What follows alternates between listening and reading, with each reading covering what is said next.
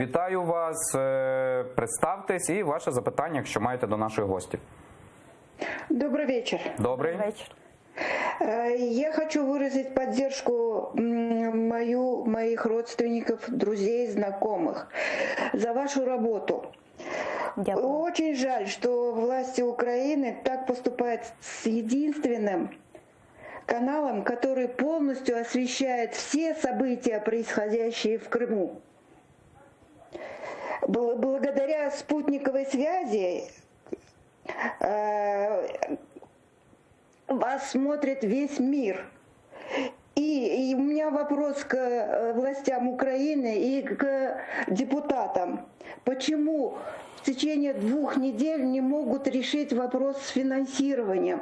Это очень обидно, жалко, обидно нашему народу, который поддерживал и поддерживает Украину. Это как бы отторгает вот эти все ваши действия, отторгают от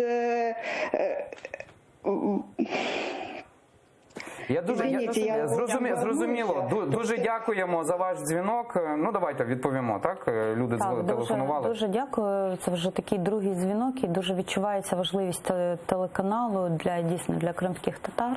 Я хочу підтримати вас. Я вже один раз робила, коли мені телефонували. І хочу сказати, що після того телефонного дзвінка я особисто, як народний депутат, відправила 3 запити від себе.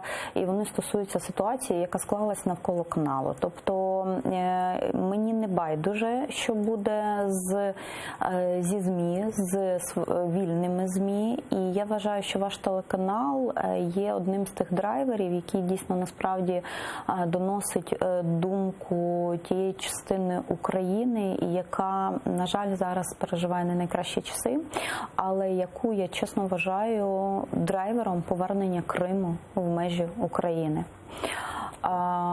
Можливо, це трошки пафосно звучить, але, чесно вам скажу, інших драйверів я поки що не бачу. Вам відповіли щось на ваші запити?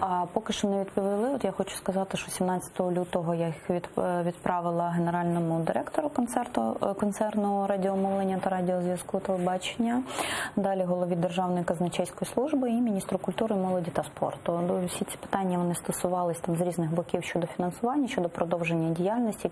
Як тільки у мене будуть відповіді, я там згодна вам їх відправити, або ж, якщо вам буде цікаво, навіть якось озвучити, прокоментувати і, якщо потрібно, підтримати в подальших діях. Тому що особисто в мене є велике бажання вірити, що це чисто такі технічні проблеми на конкретному визначеному періоді часу, які повинні завершитись, і точно канал повинен працювати далі.